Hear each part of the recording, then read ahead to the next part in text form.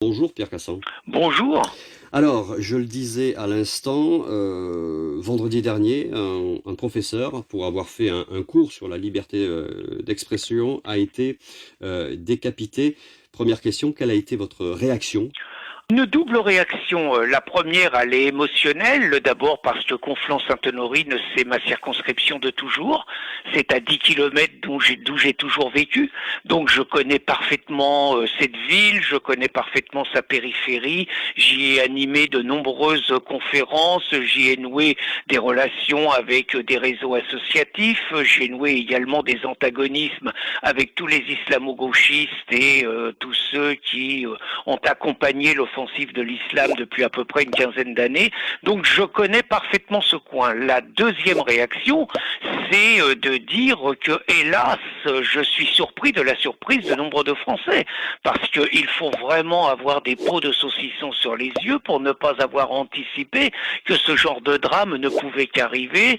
Et je ne vais pas vous faire un récapitulatif de Mera en 2012, à Charlie, le Bataclan, Nice, le Péramel, les policiers, Magnanville, Harpon, les voitures, les attaques aux voitures, les attaques aux couteaux, la décapitation d'Hervé Cornara. Je vous rappelle tout de même qu'il y a 5 ans, l'entrepreneur de l'Isère, Hervé Cornara, a été décapité par son salarié Yacine Sali, qu'on accrochait sa tête sur le grille d'une usine et qu'on mettait des banderoles de Daesh. Et je suis désolé, je me réjouis de la réaction qu'il y a autour de la décapitation de Samuel Paty, mais il y a 5 ans, personne n'a bougé un doigt de pied pour Cornara. Et je veux dire, vous me faites la gentillesse de rappeler ce qu'on fait, mais nous, dès 2010, et il n'y avait pas besoin d'être un grand clerc pour le deviner, on annonçait qu'il allait y avoir des attentats de masse, et je veux pas jouer les oiseaux de mauvais augure, mais hélas, ce qui vient d'arriver à cet enseignant, par ailleurs très courageux, n'est qu'une étape vers des attentats, vers des décapitations qui seront filmées, vers des attentats avec des personnes avec des ceintures d'explosifs qui se feront exploser au milieu des gens, exactement comme c'est arrivé au Liban, exactement comme c'est arrivé en Israël, et exactement comme ça arrive partout où les islamistes font la guerre.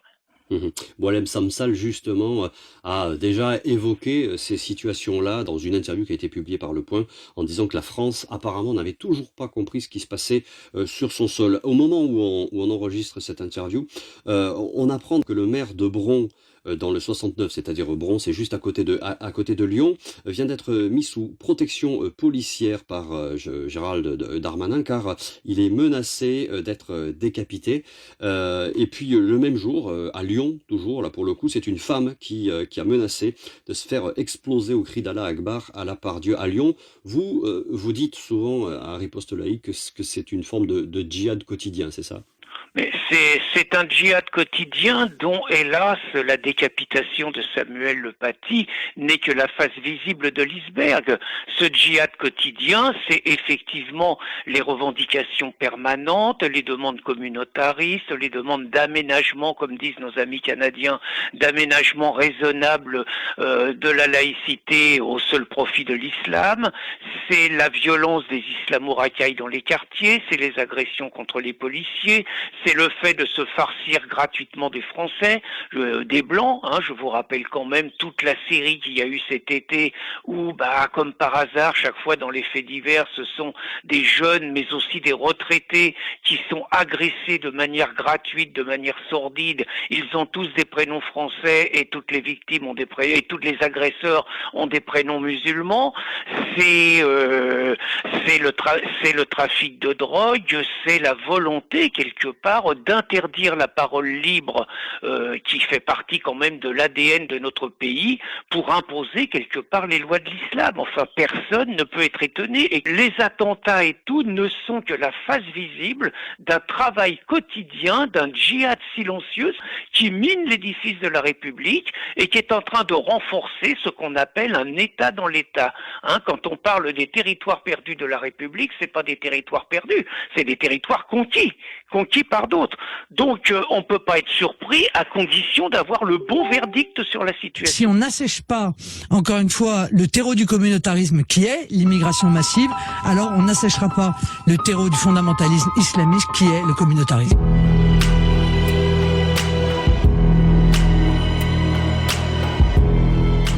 discours, et notamment ceux qui viennent de la droite et de l'extrême droite, mais pas seulement, alimentent aujourd'hui le climat de haine.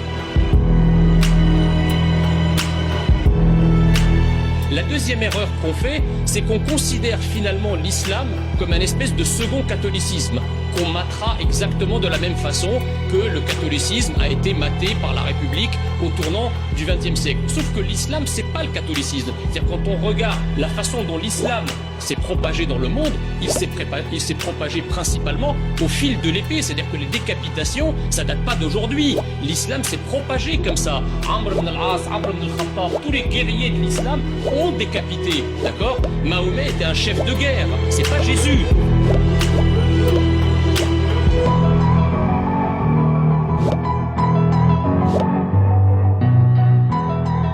Nous sommes d'abord et avant tout des citoyens unis par des mêmes valeurs, une histoire, un destin.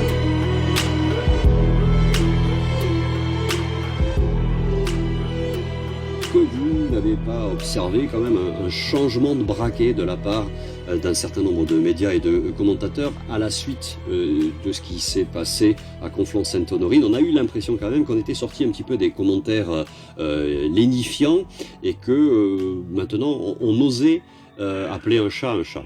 J'aimerais que vous ayez raison. Je me rappelle tout de même juste qu'après Charlie Hebdo, on en avait fait des tonnes. Et qu'après Charlie Hebdo, on entendait parler de la liberté des crayons, que la République ne reculerait pas et tout et tout. Je fais quand même remarquer que les obsèques de Charlie Hebdo, je vais faire un parallèle avec Samuel Paty. Les obsèques de Charlie Hebdo, d'abord Charlie Hebdo n'a pu refaire un dessin de Mahomet pendant 5 ans. Ils ont attendu le procès qu'il y avait des criminels pour remettre les caricatures, ce qui d'ailleurs a valu une agression dans les rues de Paris à des journalistes qui étaient dans leurs anciens locaux. Donc je fais juste remarquer que les islamistes ont gagné sur Charlie Hebdo. Et vous me dites, il y a une réaction. Alors, moi je sais pas, j'ai vu dimanche, je vous ai dit, le jour des obsèques de Charlie Hebdo, la religion des assassins n'a jamais été mise en avant. Moi je me suis revu avec la manif grotesque, ridicule des collabos place de la République pour rendre hommage à Samuel Paty. Vous aviez toute la gauche, vous aviez les antiracistes, vous aviez les antifas, vous aviez les insoumis, les verts, les socialos, les communistes, les trotskistes, les artistes, les universitaires, les syndicalistes et tout. Tous ceux qui depuis 30 ans sont responsables de la politique migratoire et de l'aveuglement sur l'islam, qui vous faisaient tous un grand numéro de claquettes. Ils oubliaient juste une chose, c'était de parler de l'islam. C'est-à-dire qu'ils étaient là quelque part pour préserver la religion de l'assassin. Donc j'espère que vous avez raison quand vous dites bon, il y a un frétillement, les gens bougent, j'ai presque envie de dire jusqu'au prochain attentat. Ouais. Mais moi je pense par exemple à la décision qui a été faite, par exemple, qui a été prise par Darmanin de dissoudre le CCIF. Attendez, il n'est pas dissous. Oui. Il a annoncé qu'il allait le dissoudre. Je vous ferai remarquer que quand Clément Méric a pris une patate par Esteban Morillo pour avoir essayé de l'agresser par derrière et qu'il en est mort, 2 jours plus tard, 4 associations dites d'extrême droite étaient dissoutes. Et je ferai remarquer que tous ceux qui réclament l'interdiction du Rassemblement national et des générations identitaires, je parle de Mélenchon, qui n'ont jamais rien demandé, mais au contraire qui protègent le CCIF, je ne demande qu'à voir que le CCIF va être dissous. Par ailleurs, dissoudre le CCIF sans dissoudre l'ensemble des associations musulmanes, on va dire que c'est pisser dans un violon, même si ça fait plaisir, parce que je vous cache pas qu'au moins on les aura plus dans les prétoires aux côtés des prétendus antiracistes, puisqu'ils font partie de ceux qui nous poursuivent. Moi je pense qu'il y a un problème avec la communauté tchétchène en France.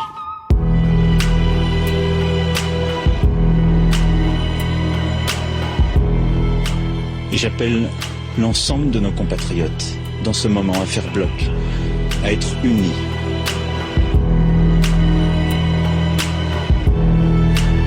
c'est la première fois que Jean-Luc Mélenchon évoque les origines d'un terroriste.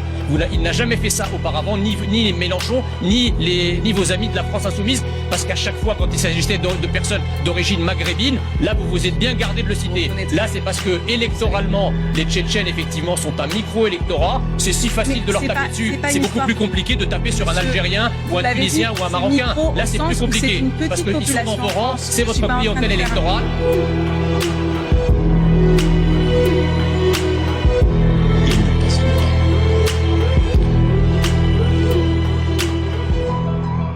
Vous êtes l'auteur aussi d'un livre, et puis vous l'avez évoqué à l'instant, qui s'intitule « Et la gauche devint la putain de l'islam ». Cette gauche-là est aujourd'hui scindée en deux, même si elle l'était depuis un bon bout de temps. Là, il apparaît que le clivage est de plus en plus grand. Alors d'un côté, il y a ce qu'on appelle les islamo-gauchistes avec Obono, Coquerel et Mélenchon en tête de pont. Et puis il y a l'autre gauche, une gauche un peu à la Manuel Valls qui, par l'entremise d'un certain nombre là aussi de chroniqueurs ou de journalistes, se montre plus rétive à l'islamisation et n'hésite pas d'ailleurs à avoir des mots assez durs contre l'islamisme. Je pense notamment par exemple à Zineb El Zahraoui.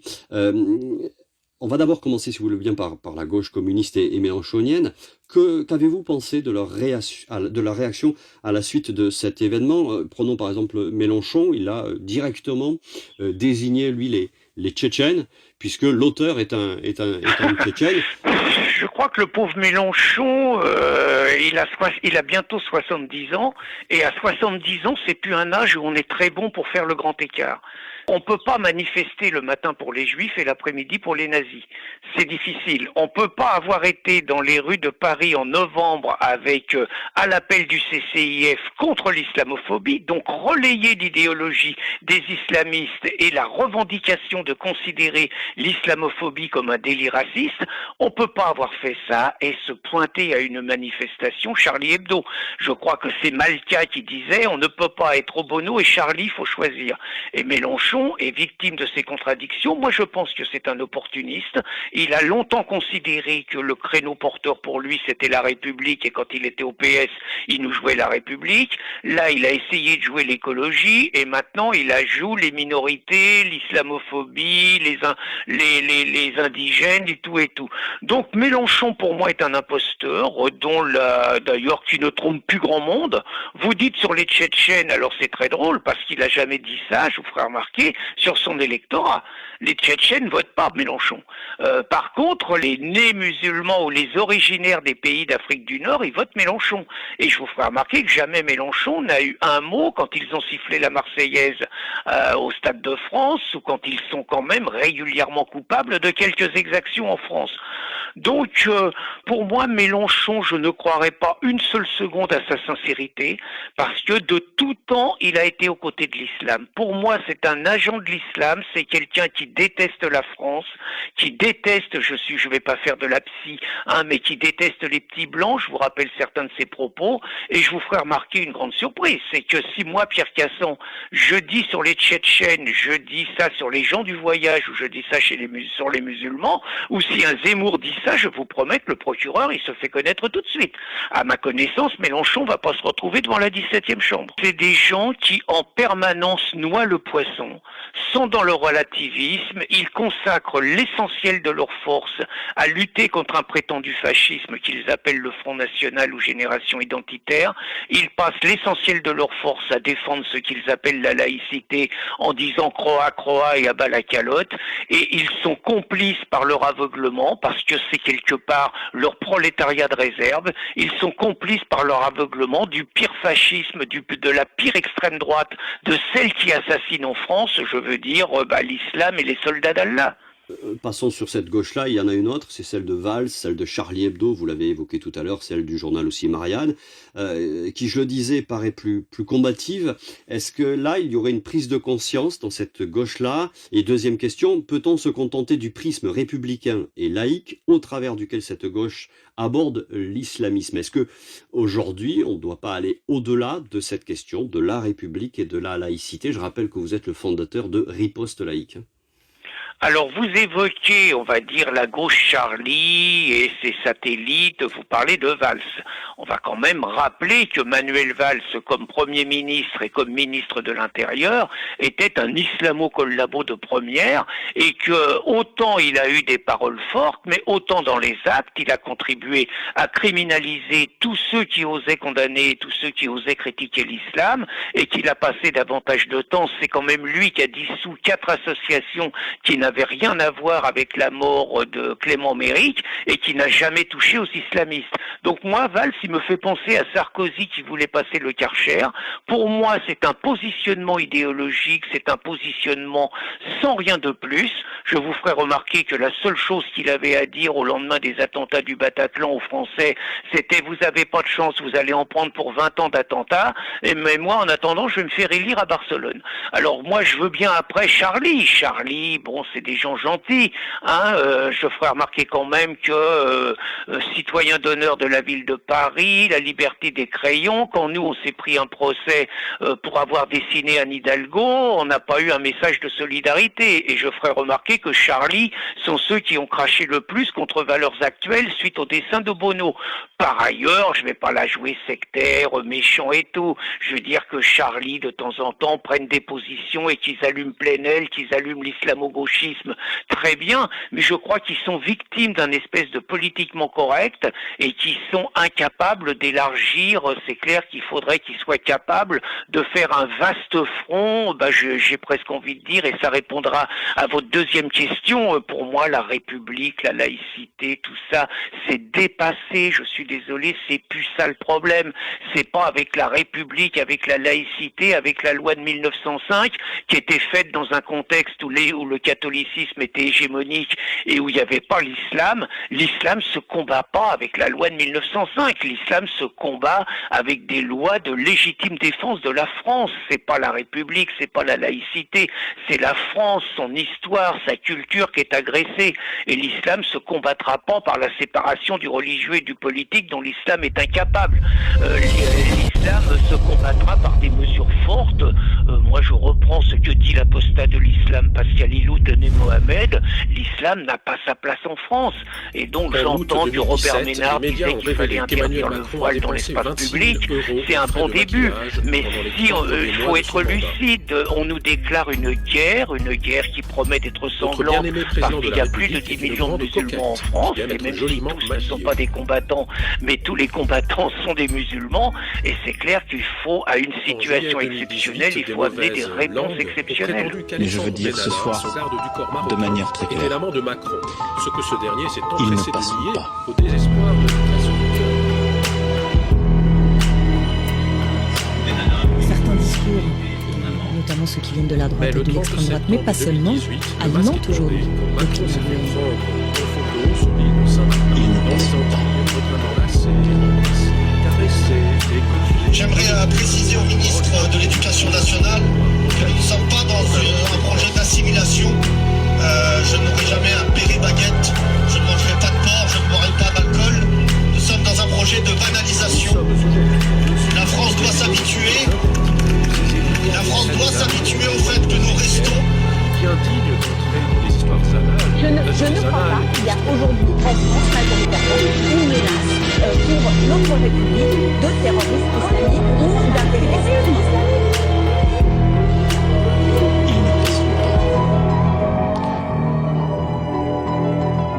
Alors, le discours que vous tenez, vous avez bien conscience que ce n'est pas du tout le discours que l'on entend dans les médias. Le discours dans les médias reste évidemment ancré sur la question de la République et de la laïcité. Vous allez beaucoup plus loin. Vous remettez en cause évidemment la politique d'immigration, mais aussi ce que Renaud Camus appelle le grand remplacement, si je vous comprends bien. C'est aussi ça qui doit être aujourd'hui abordé. Ce sont même des sujets qui brûlent les mains du seul parti politique aujourd'hui qui a osé jusqu'ici affronter ces questions-là, qui s'appelle le Rassemblement National. Marine Le Pen ne parle pas d'islam, elle parle d'islamisme fondamentaliste, et elle ne veut pas entendre parler non plus de la question du grand remplacement. Et quand on entend son discours, il est profondément républicain et il se suffit à la laïcité. On est encore très très très loin de l'analyse que vous proposez. Et donc des solutions, je dirais. Marine Le Pen est désespérante. Marine Le Pen passe sa vie à donner des gages au nom de la dédiabolisation. Vous voyez, on a longtemps accusé Florian Philippot d'être responsable de cette politique. Florian Philippot est plus là et Marine Le Pen est là. Donc elle passe son temps quelque part à désavouer les siens quand ils ont une attitude courageuse. Vous voyez Julien Audoul au Conseil régional de Bourgogne qui intervient vigoureusement contre la présence d'une voilée dans le public. Marine Le Pen le désavoue. Lorsqu'il y a les mouvements Black Lives Matter qui entre nous sont une imposture raciste par ailleurs et que Marion dit qu'elle n'a pas honte d'être blanche, elle se fait désavouer, et Marine Le Pen, exactement comme l'ensemble du système, nous fait la différence entre islam et islamisme. Moi je suis désolé, ceux qui font la différence entre islam et islamisme, c'est soit des traîtres, soit des idiots utiles. Mais on peut pas, moi je rappelle la célèbre phrase du poète Kabyle, l'islam c'est l'islamisme au repos et l'islamisme c'est l'islam en action. Je trouve que ces gens-là nous font perdre du temps. Ils nous font perdre du temps parce qu'ils laissent entendre quelque part, et ils font le jeu de Macron, ils laissent entendre qu'un islam de France est possible. Or la stratégie des islamistes est claire et ça joue ensemble. Les plus radicaux vont toujours plus loin et ça permet aux modérés d'aller voir le gouvernement et de leur dire, vous voyez, il faut que vous nous accordiez quand même un petit peu plus d'aménagement raisonnable et tout, parce que sinon les nôtres ils vont aller chez les radicaux, donc faut nous aider et tout. Enfin c'est une imposture, c'est une escroquerie. Et c'est pareil, comment on peut penser que les lois de la République vont suffire quand vous voyez la politique migratoire qui est menée, quand vous voyez la politique de démographie qui est menée, quand vous voyez que le droit du sol est pas remis en cause, quand vous voyez que le regroupement familial est pas remis en cause, donc que tout ça finalement on fait automatiquement des Français qui pèsent sur les élections, qui pèsent sur le rapport de force et tout. Si vous n'envisagez pas, si vous n'êtes pas lucide sur le grand remplacement, mais si vous n'êtes pas lucide sur la remigration, vous allez donner raison à Michel Onfray qui disait que dans 40 à 50 ans, la France sera sous contrôle musulman, et vous allez donner raison à Marouane Mohammad, l'idéologue du CCIF, qui lui disait que qui a le droit de l'empêcher de se battre et de rêver à une société musulmane en France d'ici 30 ans. Marine, tous ceux qui refusent d'employer le mot islam, et je ferai remarquer que dans la presse, il y en a un seul qui ose faire ça, c'est Éric Zemmour. C'est le seul qui ne se planque pas derrière islamisme. Je suis désolé, tous les autres manquent de courage. Alors, au Rassemblement national, il faut noter qu'il y a Jean Messia qui a déjà déclaré sur un plateau de télévision, je crois que c'était sur le plateau de CNews, qui a déclaré évidemment que l'islam n'était pas compatible avec la laïcité, ni même avec la République. Mais c'est un des seuls au Rassemblement national. Et Jean Messia, moi si je vous dis que Jean Messia est le porte-parole que je préfère au Front National, sans doute je vous étonnerai pas. C'est par ailleurs un homme vraiment adorable, exquis. Moi je vais vous faire une déclaration d'amour si je vous parle de Jean Messia. Par contre, je suis pas sûr que quand il dit sur une vidéo qu'il a faite que dorénavant il n'acceptera plus la dictature du politiquement correct et qu'il ne fera plus la différence, disons qu'il dira islam et qu'il ne se planquera plus derrière islamisme, je ne suis pas sûr qu'il ait reçu des félicitations de la cheftaine. Oui. J'en suis pas sûr. Moi, je crois tout simplement que les musulmans sont totalement dans leur rôle, c'est-à-dire que les musulmans sont dans ce pays tout simplement pour transformer la France en terre d'islam, que c'est ce que leur demande leur texte sacré. J'ai le souvenir d'un débat... Mais vous savez qu'en disant ça, on va vous accuser de stigmatiser une communauté, et certains même iront jusqu'à l'imbécilité de dire que vous faites ce qu'on a fait avec les Juifs. Mais ça fait partie de la propagande de tous les collabos, et c'est à cause de cette propagande que les dessinateurs de Charlie Hebdo sont morts, que les gens du Bataclan sont morts et que Samuel Paty a été décapité. Ce sont eux qui nous disent ça parce qu'ils nous empêchent de dire la vérité, qui ont sur les mains le sang de toutes les victimes de l'islam. Pour vous, quand on désigne quelqu'un d'islamophobe, on lui met une cible. Ah, c'est clair. C'est clair, je veux dire, désigner quelqu'un d'islamophobe et par ailleurs, je vous avoue que je ne vois pas comment on pourrait ne pas être islamophobe quand on connaît l'islam. Mais c'est clair que quand on cible quelqu'un, encore plus un enseignant, comme islamophobe, on le met délibérément en danger. Mais par ailleurs, moi je suis pour revendiquer le droit d'être islamophobe, comme le droit d'être catholicophobes, comme le droit d'être athéophobe, comme le droit d'être anticommuniste ou anticapitalistes. Ça devrait être une liberté fondamentale. Sauf qu'il y a une exception avec l'islam. Ce qui est la preuve que l'islam n'est pas compatible avec les valeurs de la France